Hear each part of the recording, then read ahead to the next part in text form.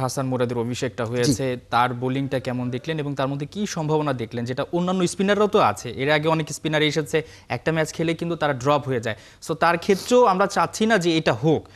এমন হয় অনেক সময় যে নতুনদেরকে একটা ম্যাচ খেলে তারপরে বসিয়ে দেওয়া হয় কোনো একটা অজানা কারণে। সো তার মধ্যে কোন ট্যালেন্টটা আপনি দেখতে পেলেন যেটা অন্যান্যদের মধ্যে থেকে পার্থক্য রয়েছে?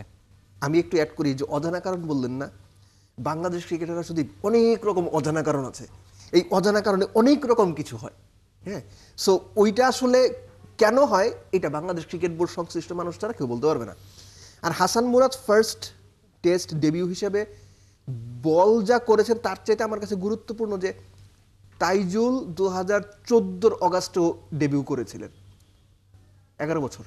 সো তাইজুলের ক্যারিয়ারও কিন্তু আস্তে আস্তে শেষের দিকে যাচ্ছে। তো তাইজুল থাকতে থাকতে একজন প্রমিজিং ইয়াং লেফট আর্ম অর্থোডক্সকে নিয়ে আসা এটা একটা ভালো সিদ্ধান্ত, এটা হচ্ছে প্রথম। দ্বিতীয়ত হচ্ছে যে হাসান মুরাদ ধরেন দর্শকদের অনেকের কাছেই হয়তো খুব নতুন, কিন্তু আমাদের কাছে কিন্তু বা আপনার কাছে কিন্তু হাসান মুরাদ নতুন না। তিনি আন্ডার-19 থেকে আসার পরে গত 4 বছর, সম্ভবত 4 বা 5 বছর ডোমেস্টিক সার্কিটে স্পেশালি লঙ্গার ভার্সনে তিনি কিন্তু নিয়মিত পারফর্মার। প্রত্যেক সিজনে আপনি টপ 3-4 জন যদি উইকেট টেকার হিসেব করেন স্পিনারদের মধ্যে আপনি হাসান মুরাদকে পাবেনই। সো এই যে বড় মানে আমি বলতে চাচ্ছি যে লঙ্গার ভার্সনের যে অভিজ্ঞতা নিয়ে তিনি টেস্ট ক্রিকেটে এসেছেন, এটারই একটা রিফ্লেকশন আমরা সিলেট টেস্টে দেখতে পেয়েছি। তিনি যেভাবে যাকে বোল্ড আউট করলাম, আমি এক্সাক্ট নামটা মনে করতে পারছি না, ওটা হচ্ছে একটা ক্লাসিক লেফট আর্ম অর্থোডক্সের ডেলিভারি।